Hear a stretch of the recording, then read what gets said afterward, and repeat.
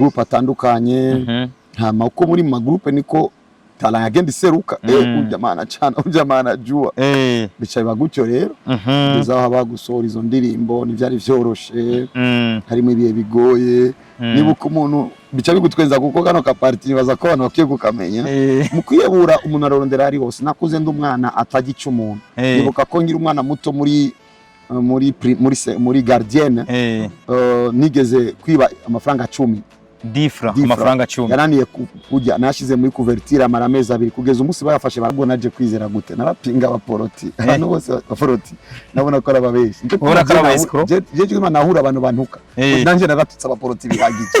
kuko navuga abantu n'abayiskro baraza bakakubwira ngo Imana yandungitse kubera iki Imana itashitse nga yantinye niko navuga ati Imana je yantinye ikindi cya kabiri navuga abantu baguma bavuga amazina y'abakinyi ngo bakora bavuga mu ndimi nkabasubiramo ngo bavuga Rigobert Song Rigo niwe yaranagezwe n'icyo gihe rero nangora niyo bavuze nabi ndavuga ibi nivyo nanje navuze navuga rero ndatawiye ko bagifise imitwe ingana niyo narifise muri kahise bakura bazovuga neza ico bita Al-Badri kubaza abantu bakuriye mu Buyenzi Al-Badri ni gisomo bakora once ikintu wagikoze urapfa je nibuka ko uwo munsi naseze ndavuga Mana ni wankiza kuko byari bigoye kuko bari basanzwe banzi ko ndumwana atekereje nanje birancanze ibyo nabahema bo Mana ishwijuru sinapfuye yari ifite umugabo barasomye ntiwapfa nari gupfa kuko Imana yagomba kongira icyangizo cy'uburu no munsi uhindura imitima y'abantu ariko igituma ndabivuze nuko n'inyuma yo gukizwa uyu muntu aramurondeye umugore w'umunyabwenge ntarondera ibiri mu maboko y'umugabo wiwe umugore w'umunyabwenge arondera umutima w'umugabo wiwe kuko uronse azomu ibiri mu maboko byose reka abakristo duhindura ingendo turondere kwanza iyo Mana tunezeze iyo Mana dukora ivyishaka imenye ngo naronse Joshua none telefone yawe ndayishiramo amayinite ni wewe kubera kudashira mu yanje nikora ko ari yawe ni wacikwayo izo gushiramo ibikenewe izo gushiramo ibikenewe barondere kubayo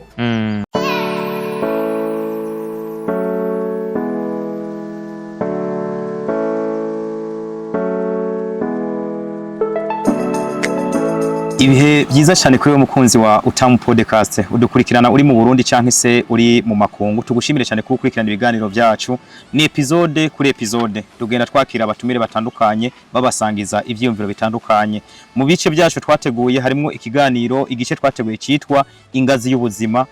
ese ni bande kugira tubamenye ubuzima bwabo bumeze gute bwavuye hehe bifuza kugera hehe ese bamariki societe tubayemo canke se abantu tubabana nabo uyu munsi rero uwo twatumiye ntabwo ari umuntu asanzwe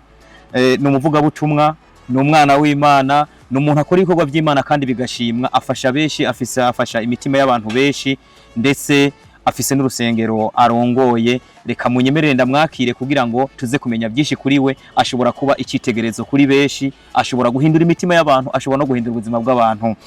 ndabaha ikaze Prophet muri Utamu Podcast murakoze cyane kutwakira muri Utamu murakoze kuduha kaze kuri no platform Imana bawumugisha murakoze cyane jewe nitwa Suleiman niyo nkuru bantazira Papa Utamu ndi muri Utamu Podcast ariko abantu barifuza kumenya uyu mutumire nakiriye ido nido muri rusange ninde akomoka kuri bande isafise umuryango ndavuga umupfasoni abana avukana nabande muri rusange nivyo abantu barifuza kubamenya Imana ishigwe hejuru Imana ihimbazwe nitwa ku mazina bamenyereye ni Prophet of Jesus Joshua mu Kirundi namuvugishwa wa Yesu Yosua ariko kandi nkaba ndumurundi afise ahaba nakuze nkurira muri kino gisagara nyine cya Bujumbura ndubatse mfise umugore umwe n'abana 3 abakobwa 2 n'umuhungu umwe bivana n'igihe dukoreye ikiganiro kuko bashobora kucumviriza muri kazoza bakavuga ko yavuze 3 nimba bacumviriza muri kino gihe ntabo ariko muri kazoza bashobora kuba bongerekanye Imana itanga uko igomba yego urugendo ni rurerure mu buzima busanzwe nize amashuri nk'abandi amashuri nize primaire mu Ngagara no mu Cibitoki ibihe by'amagume cya niga mu Buyenzi aho bita kuri Jomuhiya hama secondaire ndayiga atandukanye mu Kinama mu kurangiza amashuri yitwa ajya mu naronga diplome AD nize electromécanique kuri lycée technique Saint-Luc nuko hama nabayeho nk'umuririmbyi kuririmba byatanguye ngira umwana muto bambwira ko n'igihe nsonza nararirimba n'igihe ngize inzara naririmba mu gusaba imfungurwa izo nizo nkuru mbyigwa nabo tuvukana hajya abandi batega intoke we wararirimba abantu bakaguha indirimbo ndayibuka kuko bambwiye ko natangiye kuririmba nkiri muto cyane nanje fise cyo bita igihe nibuka kumbukumbu ndakunda kuvuga ngo Noel bonane nasikia nja nasaba gutyo niko bambwiye ndakura ndabifasha uko nyene ariko mu buto bwacu twakuse turi abana mu muryango w'abantu basenga. Mama niwe yasenga cyane muri Katolike, papa nabona anywa inzoga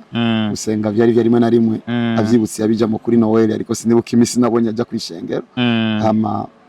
wanje yapfuye muri 2000, papa wanje apfa muri 2001, nakuze ndipfuvye rero muri ico gihe hariho rero ubuzima bwakurikiye bwo kuba umuririmbyi w'indirimbo z'isi n'abantu batanguye kera tugera mu gihe CMD akora muhisi ya CMD akora competition ku bantu baririmba ama instrumental yabereye muri Palais des Arts. Mbere yo ngaho twarakora ama spectacle mu buryo busanzwe, acaza ama studio wereye kwa Buchum, producer Buchum wafata microphone akagufatira muri cassette, acaza ama studio production yitwa Menya Media Studio aho twakoze indirimbo zitandukanye. Turakora indirimbo yitwa I Wanna Live With You nakoranye na Rick I Wanna Live With You yashoboye no kumenyekana icyo gihe. Turabandanya ibyo by'indirimbo dukora indirimbo zitandukanye zamenyekanye. Iyo abantu bamenye cyane ni Amida nakoze na Dr Cloud. Amida ndagukunda gutyo. Hari indirimbo nakoze yitwa Leo Sogama Jana ejo Sogama Leo iri mu ndirimbo zamenyekanye. Indirimbo zwabi wacu muraho namenyekanye. Indirimbo nakoranye na Farias icyo tuma keshi nkunda kumuvuga Kissa Dem Leo Sogama Jana ejo Sogama Dembwa sababisha ikawa so ndazibuka habaho kujya gukora ama spectacle muri Afrika y'Epfo. Tukaba twarakoreyo na album indirimbo zima ama Fest Love n'izindi twarakoze dukorana na Iko Haruna Multi Service nk'umu sponsor no manage ico gihe. Twakoze ama spectacle atandukanye Rumonge, Ngozi, Bukavu ni byinshi. N'urugendo nk'ubwo rero rw'uwo muntu hamaka cyakurikira ubuzima ngero ndiko ndabamwe ubuzima bw'Imana yanyumviriye ko era magakiza kijijwe Imana era magakiza ndaza kubigerako. Apotre na Prophete mu byo batubwiye abantu barumva ko urugendo rw'umwanya muremure wabaye umustar wamenyekanye imbere n'abantu benshi ndatangaye. Indirimbo waririmbanye n'aba Dr Cloud twakumvise kera, waririmbanye na Big Fizzo. Nyemerera uvuka ryari? Navuse muri 1983 kwezi kw'icenda. Mu kwezi kw'icenda uza kuba imfubyi mu 2001 hamwe no mu 2000 no mu 2001. Kate kwihanganisha wari kunyihanganisha kera ntararonga umuvyeyi yitwa Imana. Merewe neza. Umerewe neza. Prophete nyemerera ubuzima bwawe butoya bwari bumeze gutere imbere kuja kuwa igitangaza wakaba umuririmbyi, kuko uko biri kose naho wagiye waririmbye wagiye kuririmbira Imana warigeze kuburirimbira izi ndirimbo zisanzwe zo mu buzima busanzwe. Ubuzima bwawe bwari bumeze gute? Ubasangiza abantu, hari abana bari mwibarabara, hari abantu basegereza no munsi bakabona no munsi bakabatangaye. Na je ndatangaye gutya. Eka ndababwire ko atanu habi Imana itokura umuntu na nahantu heza Imana itoshikana umuntu. Ego muzima bw'ubuto bwanje urumva ko nari nyotoye kuririmba. Nibuka ko ndi mu mwaka wa 6 ko manje yapfuye muri 2000 ndi muri 8e. Ndi muri 6e nagomba nje kuba muri groupe ya dance n'abandi bantu bitwa Christian. Mukako mama ya Ebana ya nyankiye mu buryo bugaragara. Kuvuga ngo urumva ko mu ico gihe byashoboye gukunda ko ndavyinjiramo. Ariko mu nyuma amaze gupfa muri 2001 naciye ninjira mu zindirimbo buhoro twatanguriye mu instrumental uzunguruka vile yose urondera beat niyo terme zunguruka vile urondera beat ari wa mastudio akimani babarira abantu bani hindura amateka turondera beat tugenda kuri studio ndundira ama beat kugira ngo bagwe CD ya beat ico gihe wayigura w'imire kandi yarangoye kuronga ni nka miliyoni w'imire ico gihe bari kuyakura fata rero beat kugenda ukagerageza gushiramo mistari niko twayimirongo unacana so biba gutyo mu magroup atandukanye hama uko muri mu magroup niko tala yagenda seruka ujamana cana ujamana jua bicaye bagutyo rero bizaho abagusora izo ndirimbo n'ivyari vyoroshe harimo ibihe bigoye nibuka umuntu bica bigutwenza kuko kano ka party baza ko abantu bakiye kukamenya mu kwiyebura umuntu ararondera ari hose nakuze ndi umwana atagica umuntu nibuka ko ngira umwana muto muri gardienne nigeze kwiba amafaranga 10 difra amafaranga 10 yaraniye kujya nashize muri couverture amara amezi 2 kugeza umunsi bayafashe barankubita kuko waranyivye mugo ntiwayakoresha avuga ati ndira kugico nivyo kuva nkiri umwana muto hama nibuka ikindi gihe bankubise nkiri umwana muto urabona bya abavyeyi bagurisha utuntu ugasanga utandukanye bashira amafaranga ku dukopo tw'amanido je nk'umwana nagiye kubipanga ndabipangatiranya bica biragwa harimo n'igikopo cy'ubuki barankubita ngo nagiye kwiba kandi ariko ndikinira wari kurikinira kuri just ncyumvira cyo kwiba cyari kirimo sinovyibagira kandi byabaye kera ariko rero igihe nagiye gukora indirimbo maze kuriha avance muri Manya Media Studio mbuza amafaranga narageragejwe ndagenda afata amafaranga y'umuntu yitwa Karim mukakwera amafaranga 10,000 nagiye kongereza mu gukora indirimbo abantu baca kure icyo gihe indirimbo mwayikora amafaranga ibintu bazo ko twekora kuri 50,000 hama ndagenda afata 10,000 urabyikora ko bya Karim baramfata bafashe simenyere ivyo bintu baca bavuga reka basome icyo bita Al-Badri kubaza abantu bakuriye mu Buyenzi. Al-Badri ni gisomo bakora once ikintu wagikoze urapfa je nibuka ko uwo munsi naseze ndavuga mana ni wankiza kuko byari bigoye kuko bari basanzwe banzi ko ndi umwana atekereje nanje birancanze ibyo nabahembe bo manishwe ijuru sinapfuye yari ifite umugabo barasomye ntiwapfa sinari gupfa kuko Imana yagomba kongira icyo yangize uyu munsi cy'uburu no munsi hindira imitima y'abantu ariko igituma ndabivuze nuko n'inyuma yo gukizwa uyu muntu naramurondeye tambya cyagiye ari jewe nijene nakwivye kandi babarire bikoze nafuse kumenya kandi sinigeze niba mu buzima bwanje bwose ariko cyo cyarambayeko kubera ko nanashize ngomezi nyinshi ku ndoto nagomba gushikako nsanga nangiye gutakaza valeur kubera indoto kuko ufise indoto utaronsa gushigikira rimwe na rimwe utaronsa umuco mwiza cyo gutakaza ama valeur kugira ngo ushikire indoto ari umuntu ashobora kuba atigeze asambana ariko afise indoto yo kumuririmbye mwiza ugasanga agiye mu mutego wo gusambana kugira ngo aririmbe nuwarure gusa ko yasambanye arura ko yabuze ushigikira indoto no gushigikira ko vyakoze ariko banza umutahure parti ya mbere indoto ariko ararondera sinashigikiye icyaha ariko nagombaza n'uwo muco kugira ngo abantu bumve ko abantu baca muri vyinshi ariko kameme narabimubwiye nibuka ndiko ndakoresha imodoka mo Imana yarahinduye ubuzima ndakoresha imodoka ahantu ndamubwira ni jewe nakoze ibi n'ibindi yake amafaranga naya ndaguye nayifana atari banga bamuhaye nkangahe ya bisho siko nakwibuka ndi umuntu atanga cash umuntu atanga cash ngira ngo nawe nzoshikirwa Imana tugiriye ubu baragashikirwa mu izina rya Yesu yaduhaye kugira ngo tuyasangiye Bishop plutôt prophète uyu munsi uri prophète ufasha beshi kandi beshi barabibona ariko hariho urugendo waciyemwo ese waje kuva muri sekira nimba ari sakira uja muri gospel uza no kuva muri gospel umuvuga butumwa yagutse cyangwa se mu buryo bwagutse gute waje kwakira umwami Yesu n'umukiza gute ndashima Imana ko kubijanye no gukizwa n'umugambi wakoze tutaranavuka imyaka irenga 2000 irabaye Imana yiyumviriye kuri twebwe itanga umwana wayo w'ikinege ari Yesu Kristo yarapfuye arazuka iyo nkuru iri ngaho amabivugwa ngo Imana yakunze bari mwisi itanga umwana wayo w'ikinege kugira ngo wizera wese sigaye twebwe kugira ngo twizere ahubwo naje kwizera gute narapinga abaporoti abantu bose abaporoti nabona ko arababeshi je Imana ahura abantu bantuka nanje naratutse abaporoti bihagije kuko navuga abantu n'abayisiko baraza bakakubwira ngo Imana yandungitse kubera iki Imana itashitse nga yantinye niko navuga ati Imana je yantinye ikindi cya kabiri navuga abantu bavuga amazina y'abakinyi ngo bako baravuga mu ndimi nkabasubiramo ngo bavuga Rigobert Song Rigo niwe yaranagezwe n'ishingiye je rero nangora niyo bamvuze nabi ndavuga ibi nivyo nanje navuze navuga rero ndatawiye ko bagifise imitwe ingana niyo narifise muri kahise bakura bazovuga neza muri cyo gihe Imana niyo yangiriye ubuntu ari mu ndoto muri iyo ndoto ndabona umuntu ambwira ngo ujya mupfumukazi yarakuboshe ko narakorana n'abapfumukazi benshi n'abapfumu benshi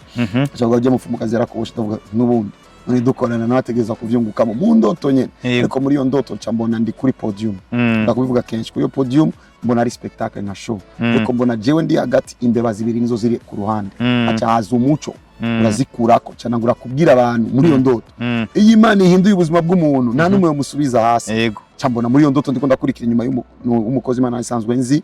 ama ndikangura ndavuga indoto y'igiporoti ivuye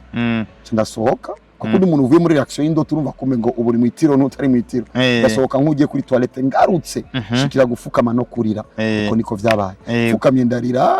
mana mbabarira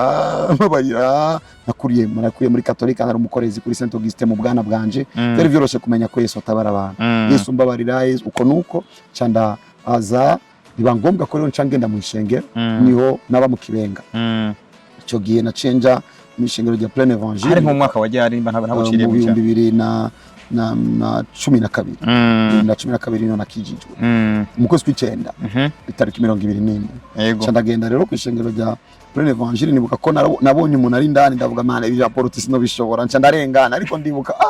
hari ibintu nakorana navyo byava binyica kandi amaze gufata decision candagaruka mvugana n'uwo yari Diacre Guillaume uyu munsi ni Pasteur Guillaume Gitega candavugana nawe ndabwira ngo ndekene kubona mu pastor wanyu ko numva ko mfite ibintu bikomeye na mfite icupa birimo abagufa abantu nari maze gukorana n'isi y'umwiza numva ko ngere mu pastor akomeye anigane navyo yego acantwara kwa Mutama Apotre mu Kibenga nyene canwara sanga siyari murana mama Apotre ndamubwira uko byagenze n'ukuntu je nyene nihanya cavuga ngo jana naba tujana na ni Pasteur Guillaume yari Diacre Guillaume n'undi yitwa Yvonne turajana ndabereka icyo cupa baragenda barariturira ikibintango yanje rero kwinjira mu ishengero buri munsi mu gitondo nari mu ishengero buri munsi amakoraniro ari mu ishengero ari na hafi yeza Imana ima gukura mu kumenya ijambo ryayo ndaregwa ndageraho Imana ashikana turiko turagera hagati na hagati mu bikorwa byawe byo kwakira agakiza no kuburyo gukorera Imana mu buryo bwiyaguye haya mu makuru mfise uri mwe mu bantu bamaze kugenda n'ibihugu bitandukanye kandi mu buryo bwo kwigisha ubutumwa iyo mpano wagiye kwigira ko gute canke se ibyo wabigeze ko gute waje kuba profete ryari namanemeza ko nabaye profete nkivuka hama ndakatira mu bitari byo Imana irangarura Imana cyo gora wajyari kuko birivuga ngo narakubumbira mu ndakamana nari ndakuzi nagutoranje kuba mahanga mu ncamake igihe Imana yamaye agakiza iremaze kumico yamamagariye ahubwo byaje guseruka ryari uko imisi yagenda niko ndumva ubutumwa bavuga ngo mu izina rya Yesu abantu barakira je nacangenda gusengera abantu umuntu akunda ibintu bifadika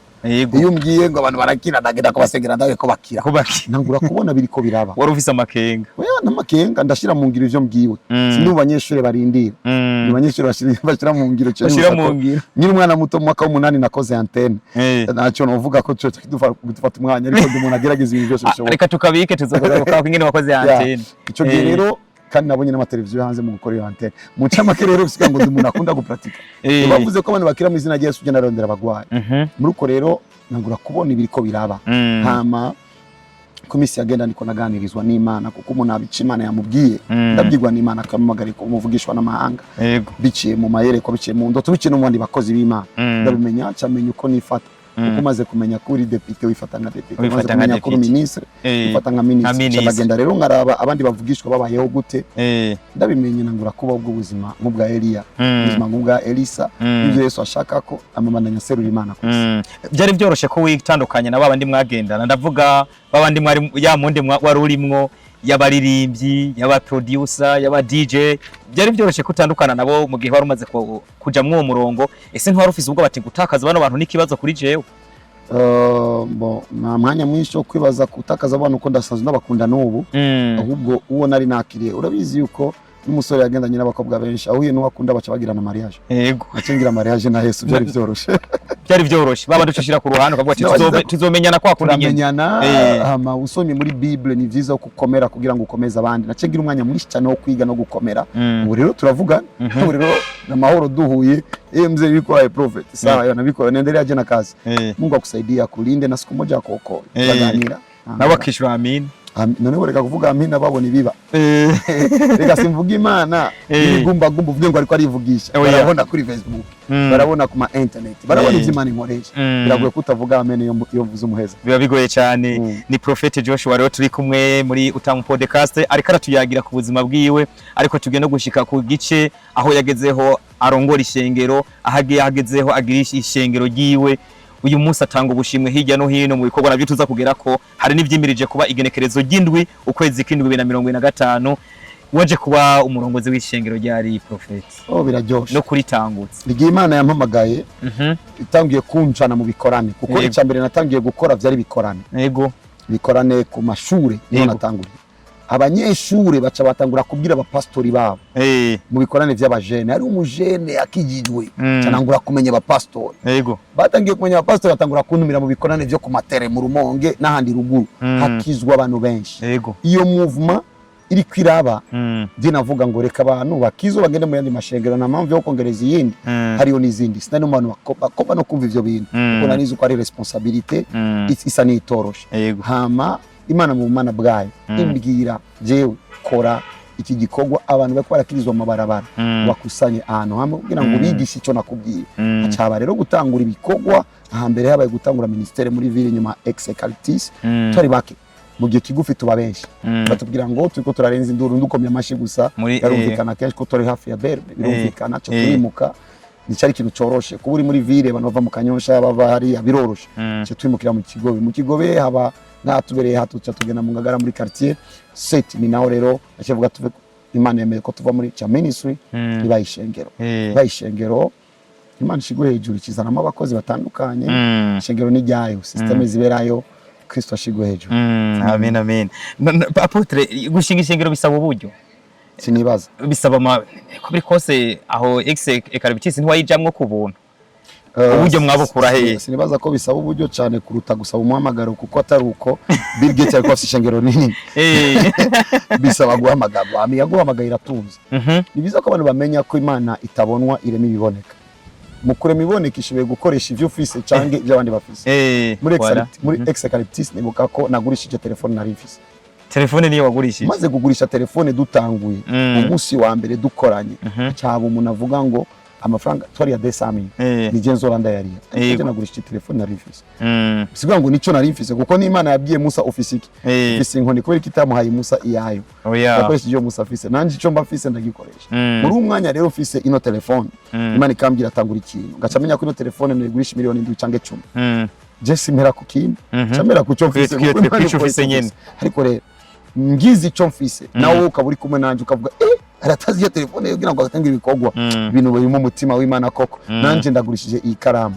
ivy'Imana ofete iracizira yonyene sinibaza ko bisaba uburyo cyane bisaba Imana ko hari Imana uburyo buraboneka Prophet twereke kahise kawe mu minota mike ucurabana kubu kawe uheze tubwira ijambo kuri kubu kawe n'icerekezo cyawe uri kurabona kahise kanje ntavyizigiro vyinshi mu ntango mbona abavyeyi nabona ko nanje ngomba kuregwa nige ndangize ivyizigiro biratakara kuko kuba impfuvyi ni ikimenyetso cyo gutakaza ivyizigiro naswe kwiyahura kenshi nagomba nite mu modoka ngonge ngo sange mama wanje ahari kuko n'ubumenyi ni bwari bwinshi ariko mu buto bwanje nigeze kumva patiri avuga yo kuwiyahuye aja mu muriro naratinye ico cyonyene sino nari kuba nariyahuye kera akahise kanje kari mu yo risk kumva ko nari gupfa hama acaza indirimbo ndazikoze mwese murabizi ico gihe izanariha cyane warongo uburyo rimwe na rimwe kumenyekana kurankwegera gutuma biba ngombwa ko ninyegeza kuruta kuboneka ko nabaye star aboneka ku televiziyo ku video kuko na muntu matabegwa muri clip kuko impuzu barashobora kuzigutiza ariko si ngombwa ko uzifise muhiri wawe ibyo ari byoroshe hama haba rero kumenyekana gufadika atangura kuba ama spectacle kugeza aho nateguye spectacle ya 20% nije namuzanye mu gihugu cy'u Burundi cyo gihe sigura ngo ari uburyo nari mfise cyo gihe ariko acaba kuja South Africa habaye kuja South Africa abaho kugaruka nga acengeramo agakiza kama mahoro ico gihe sinabaho ndabica abantu bamvugako nabaho ndabica Imana imvugako nambaye nabicange nambaye neza naranyugwa agakiza karama ya mahoro abantu benshi bambona uyu munsi kubera ko bambonera kuri internet nambaye guke nambaye narakijijwe abayigiye nambara umupira umwe w'imbeho n'ipantaro imwe amezi 6 twaduhuze twimbere two baturimwe aho ho natwo twavuga muri aya masaha amezi 6 zari ngorane nta vyizigiro ariko narifise Yesu mu nyuma Yesu arancira inzira abantu benshi ubu bavuga ivyo babona nka resulta ariko nibakeneye kumenya aho umuntu yaciye nukizwa mu gitondo cyo gura imodoka ukizwa Imana ikakurera ikureze ikagutegura kugira ngo igwivyayo shibe no kuvyitwararika uyu munsi bayo neza mu mwemu kuko Kristo Yesu ari kumwe nanje kandi ariko arankoresha bayo neza mu mubiri kuko Imana imbesheje cyo umuryango wanje kandi bayo neza kuko ndiko ndabumugisha ku bantu benshi message zizuye mu vyizigiro ziko zituma n'uwihebuye atabago message zigendana n'ubushobozi zifise intahe z'abantu benshi bakize nta ndwara nimwe mu ndwara twovuga zivugwa tutarabona abantu bakize amadokima turayafise abakize cancer abakize HIV terme mbi nuko novuga ngo ndakiza HIV kuko bose bace batonda ariko navuze abakize kuko Imana ikiza uwigomba yego yaciye kuri jo yankoresheje ndafise umunezero imfuvyi ziko ziriga ndafise umunezero abapfakazi bamwe bariko barambara ndafise umunezero abiyebuye benshi bariko barahabwa espoir ndafise umunezero igihugu kiriko kiramenyekana abantu benshi baza muri kino gihugu baje kurondera prophet of Jesus biri no mu bintu vyatumye nja kwa kuraba prophet bijosho kuko we niwe muntu wa mbere yarabwa cyane Nigeria nagomba ngira inyifato nyayo abaza nabwikire Imana igira isura nziza niko ndoba ku musozi w'amasengesho iyo mbonye abantu ibihumbi bariko barasengerayo ndicara ngavuga Mana ndagushimiye kuko ikibanza wampaye abantu bariko baraguhamagara ni bariko baragisambanirako mbayeho ndanezerewe ndanyuzwe na Yesu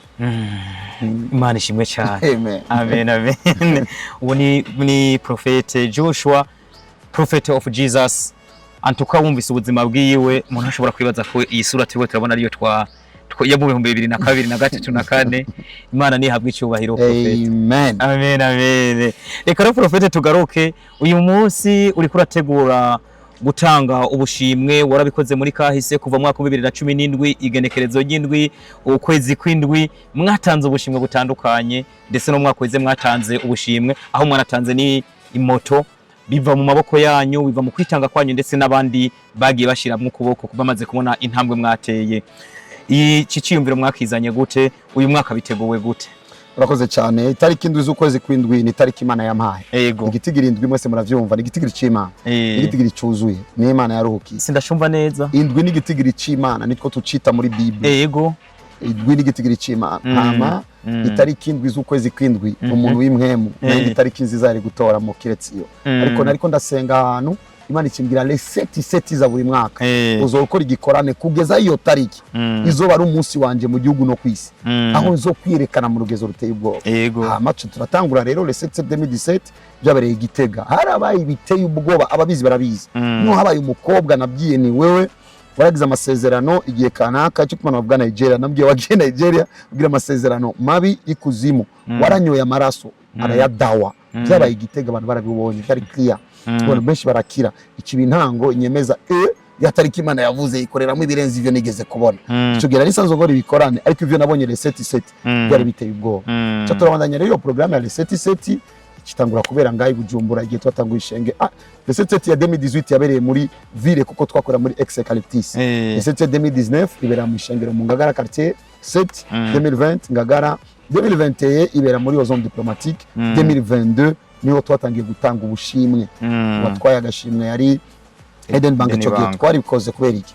twumva ko itariki ko Imana yavuze ko ari yayo hama ikabifisa abandi benshi batandukanye nitwamagana pastor wose tuvuga ubutumwa kuri uwo munsi bo harara Burundi buse bakoze Imana benshi cyane beza baragaheza gigo ariko abaririmbye turashobora kubashimira kuko ibikorwa byabo byaramaze kuboneka ahubwo bikuza kubirekonesa nico rero cyari kugutera intege ibikorwa bya baririmbira Imana muri 2020 muri 2022 bariyandikishije hama bagatora kuma SMS uwo batoye cyane niwo twahaye hama 2024 naho nyene yarasubiyemo aho yatwaye Yannick abamutoye benshi ubu rero biratandukanye ko ubu twavuze reka bive mu bantu bagira competition babe kushimira abakoze cyo kumavyitwa award ni kuri wadinga no gushimira uwakoze rero gushimira uwakoze biroroshe kuko giye basohoye indirimbo ni twebwe twazumvise komba rero tugaragaza appreciation nari kugaragaza gushima nka jewe jenyene bari kuvuga ngo Joshua yeretswe rero ni Imana yemera Imana yemera bose bavuga ngize nk'ishengero umengo ishengero ni rimwe mu Burundi kandi ni Sabaoth Church kandi ishengero rya Kristo ari rimwe amashengero yose agenda yabona rimwe tuvuga reka koze indirimbo zaciye ku maradiyo habe umu journalist ko ari indirimbo za gospel habe umuntu aririmba ivy'Imana kandi afise umuco cyo gituma ariyo Christian Savio nk'umu journalist Big Zoe nk'umuririmbyi ko ariyo ama platform ama social media reka tsemo planta ko ama social media aratisha izi ndirimbo ama ababicare izo bazohitamwo bwezi zo twumvise makritere yabo twebwe dushime kuko twebwe umutima wacu no gushima ni nkuko twogenda kwa kanaka odi turagushimiye ariko kuba ico gikorane gikusanya abantu benshi kuko kirazwi ko cyuzuza abantu yego ni vyiza yuko nabo bantu bamenya ngo erega si Joshua nyene akorera Imana abakozi Imana baririmba nabo nyene abakozi Imana badasanzwe barafisa akajyo ko gushimirwa cya mbere nico cya kabiri bizotera intege abaririmba kasterera mu cumba bazisore bazitwaye ku radio tuzumve turakeneye kumva izo ndirimbo ziduheza kuri twebwe ni cadre ya kazoza ariko nabo babone yuko badatamba birore ibyo bakora nivyo baririmbira Imana ariko kubera iki basora sede nibazongike mwijuru bazisora bashira ku radio kugira ngo natwe turirimbira Imana biciye kuri bo twebwe twazakiriye tukaririmbira Imana tugomba tubashimire. Murakoze cyane. Hari n'uvuga ngo muri bavuga ngo uririmbye ngo abasenze kabiri nimba ntibeshe muri byerekeranye n'ubumenyi bwo bwa gikristo bwinshi mfise mugabo ndavyumva ariko uyu munsi benshi baragira amakenga tunone kubera iki batoye nakaje batantoye tineje hose naririmbye nibaza ko abamenyesha makuru mwashizemwo uyu muco Santa twarakoranye ndamuzi muri PJ Classic FM twarakoranye na Christian Savye muri isanganiro twarakoranye ndetse na Big Zoe ntabwo ari abantu batoya kuburyo ngo borenganye umuntu bararaba ibikwiye gukorwa nibaza ko n'abantu bizewe muri societe tubayemo namwe nkuko mwana bize nibaza ko azotanga umuco bazokora byiza cyane bitunganije rero kwigenekerezo ry'indwi ukwezi kw'indwi 2025 birabera hehe dusozera twerekeza. Urakoze cyane ndananezerewe kuko watahuye ko abaye uwo muco naco gituma amazina avuzwe kugira ngo nibavuge ngo Joshua yahayiwo yikundira oya ndabazi ko ubashingira intaye nibaza ko nabandi bazobashingira intaye kandi nabo batoshingira intaye igikuru nuko ari abashingira intaye igikorane kizobera muri terrain ya zone Kinama nico kibuga kinini twabonye ko twokorera ko hafi kese ko kino gikorane cy'amacimuka cuma kwezi cyabere kuri yo terrain nyene n'uyu mwaka izobera kuri yo terrain nyene izoba ari kuwa mbere itariki indwi z'ukwezi kw'indwi saa 7 hazo bamaze duzwa isengesho bishimira Imana ko ibikorwa bitanguye hacavuzwa ingoma kuko turi mu Burundi abantu baryoherwe kuzibona hacavugwa amafanfare ariko ararimba gospel kuko abantu baryoherwe kubona ibintu byiza no kumva ama melody meza birashoboka ko hacaba abakristo basanzwe bakora ama acrobacy abantu baryoherwe kubona ibirori hageze saa 8:30 saa 9 haca hinjira worship team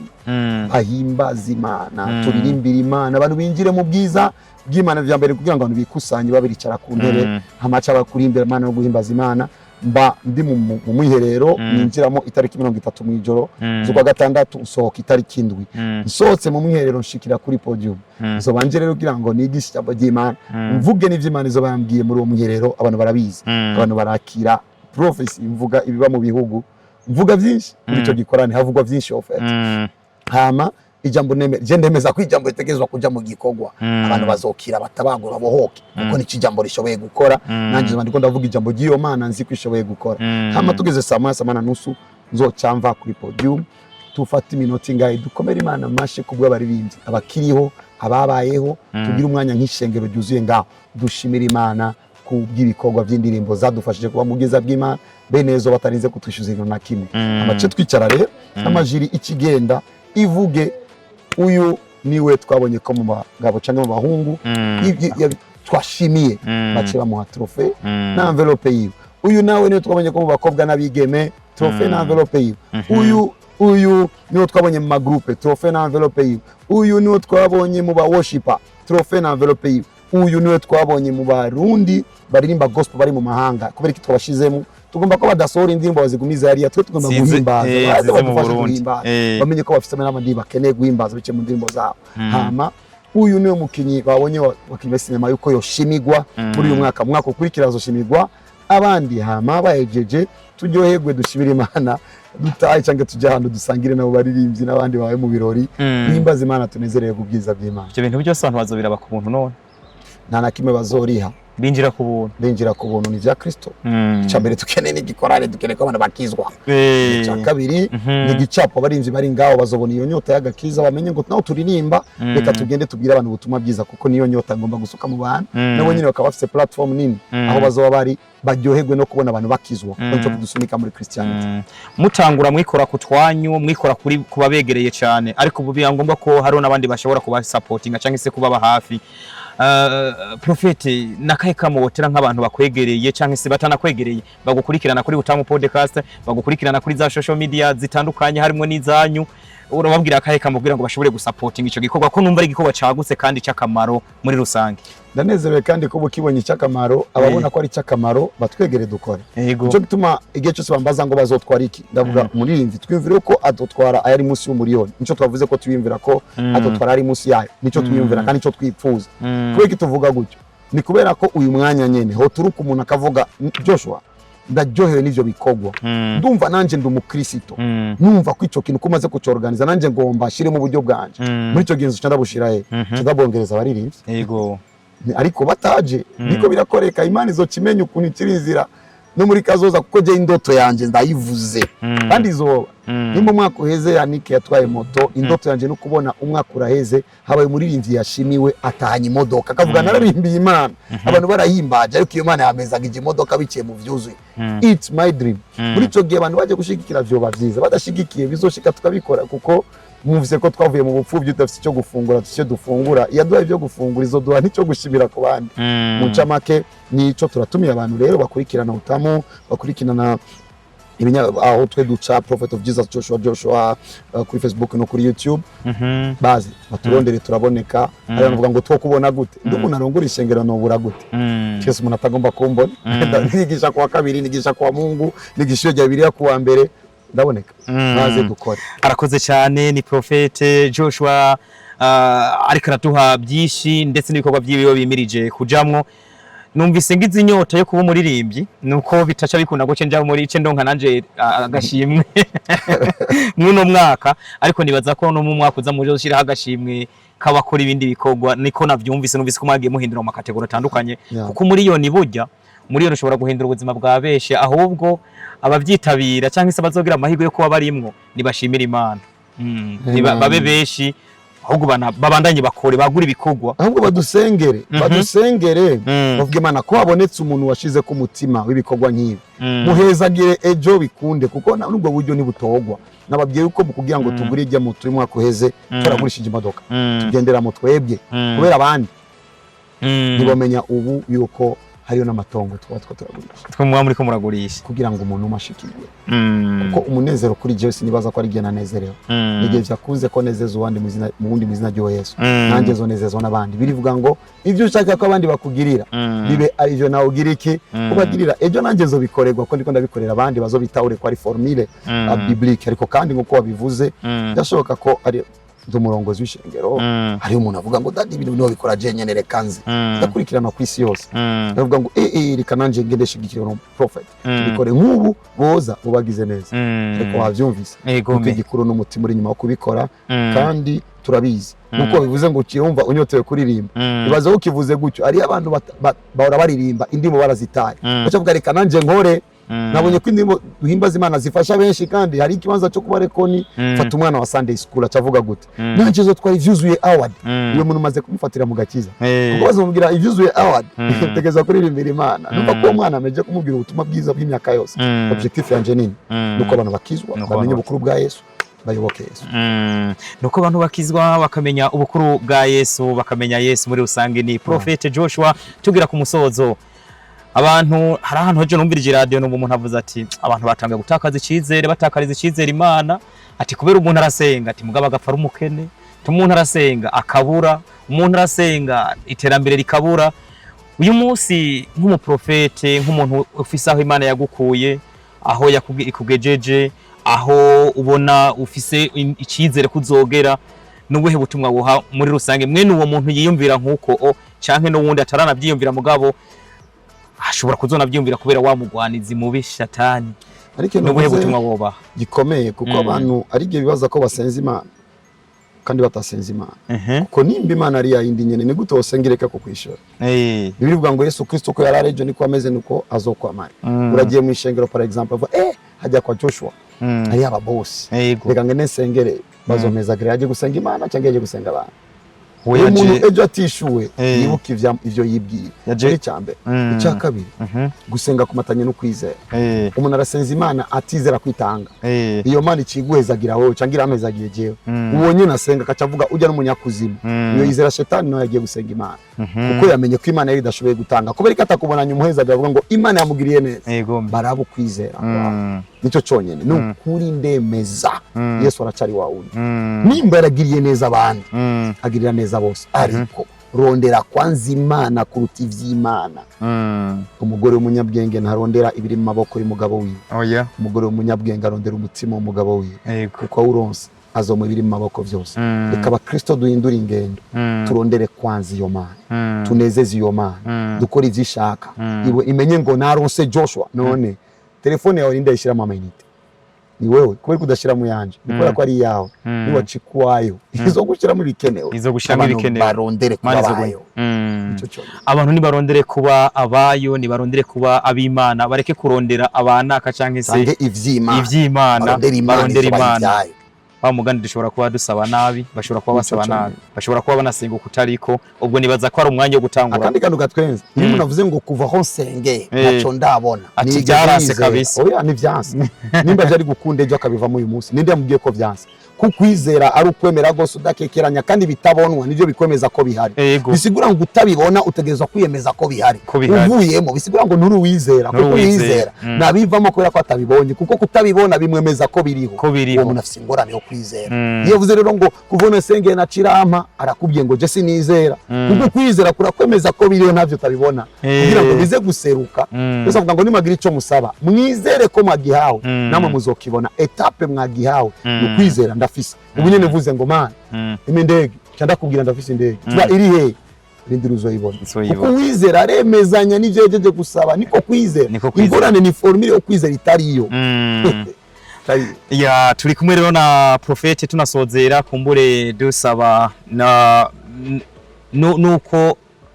kumbure baba jene bariko barabona uyu muntu yatahuye akiri muto n'ubuhe butumwa buha abajene kuko abajene uyu munsi barabaswe n'ivyaha ubusambanyi, ubusuma, kwifuza ndetse n'ibinabiriya. N'ubuhe butumwa buha bano bajene? Nanje ndimwe kuko ushobora gusanga nanje harimo nk'ivyaha bimfata reka simvuge ko ico gusambana kimfata ari gukira urubanza babe bancira urubanza ahubwo mvuge ko nanje ndi muri abo mwabo bajene mugabo harimo n'ivyo vyaha bimwe bimwe nkora. Nagomba nemeza umujene wese niyagerageza bizomugora. Niyagerageza bizomugora kugira iki? Ibyaha kubiheba hegana umujene amaraso arashusha biragoye. Rega icyaha kiraryohera wagikoze ni gute mubuzi biryoshe muri we ariko yibuka ingorane iri muri ivyo biryoshe ico cyambere amani yamara kumenya ko ari ingorane muri ivyo biryoshe kandi akatabishobora yakire Yesu. Natwe navyo dushobora guheba ni Yesu Kristo amaze kumwakira mu kumwizera Yesu amuhamwe mu yera mushoboza umaze gukizwa nakaba ariko arabibamo arabe neza ko yakiriye Yesu. Ndakubaza umuntu ariko arakora masturbation sivyo amagenda injiye mu nzu yiwe arabandanya oya ntasubira kubera ko yanyakiriye none ni gute umuntu yakora masturbation yakiriye Yesu arabe neza ko atamwakiriye cyangwa yamusize hanze y'inyuma y'umuryango jewe imanuro nimwe mwakire Yesu nani kindi ahuri aho nyene kuko nanjye nico campinduye Yesu ndakwakiriye ngwino mu buzima bwanje umbere umwami n'umukiza cyane ngura kwiga no kwizera wo nakiriye uyu nakiriye ni Imana uyu nakiriye arashoboye byose atashoboza ariko sito kwicara ngamvuge ngo jiri ngomeze uzobiheba gute uri umujene amaraso ashushe ubona abana bareka ndakubwiza uko just nakijijwe mvumbukantu kanaka mu rupango rwo mu pastor nakijijwe mbona abana so ndazi ukuntu bimeze biragoye mana tubishobozwa na Yesu cyo tuma Paulo avuga ngo dushobozwa na Kristo Yesu aduha inkomezi cyo uvuga ubu abakobwa beza ntubabona ndababona reka kubabona tugeza kubabona kandi je ndongoyeshe ngo ririmo benshi kandi mbona nabo barabara gusa ivyumviro byarahindutse ko birivuga ngo ariko tweho dufite ivyumviro vya Kristo kuko umuntu ivyo akora byose batanye ivyumviro ubu rero singifite bya vyumviro vya kera mbona ngaca mbona igitanda ivyumviro vya Kristo ndamubona ngaca ndamusengera kugira ngo azobeho neza muri kazoza cyahindutse nicyo cyumviro bamwakiriye rero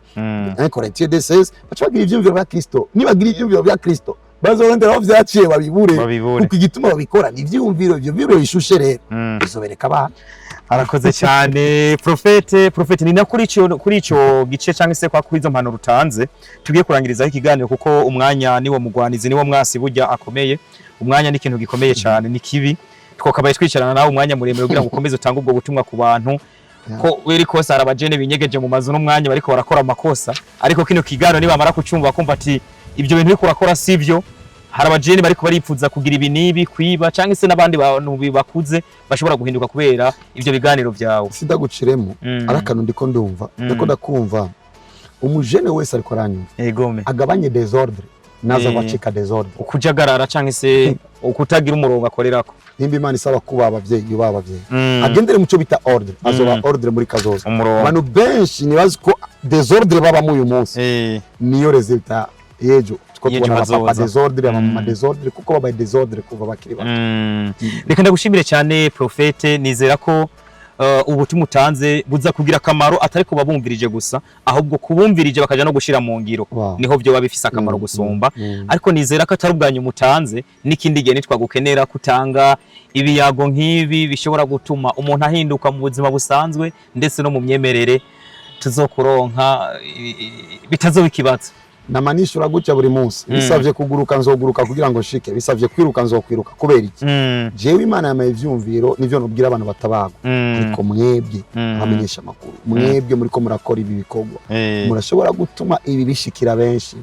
nzoza niruka kuko uyu mwanya mvuze uyu mwanya birengeye igikorane nokora kuri stade kuko bino bishoye kuraba abantu 100 cyangwa umuriyoni nimba bishoye kuraba abantu miliyoni nanje gabafise objectif ko abantu bashikirwa n'ubutumwa ndaryoye kuko nibereye mu gikorane kinini ahubwo Imana ibaho umugisha nawe ibaho umugisha arakoze cyane. Imana iha umugisha uraba kino kiyago, Imana iha umugisha abakunzi ba Prophete Joshua. Eka shimire nawe ukunda Utamu Podcast muri rusangi, abari mu Burundi n'abari mu makungu niko nkunze kuvuga, abari hirya no hino mu mpande zine z'isi. Imana irabakunda cyane, ni nayo mpamvu n'umwanya guhaya akanya ko kugira ngo bumvirize muri ubutumwa bwa Prophete. Reka ndagushimire ku nshuro yindi, ariko ndakubwire ngo tuzoba dusubira ikindi gihe mu biganiro nk'ibi. Nitwa Suleiman Niyonkuru, bantazira Papa Utamu.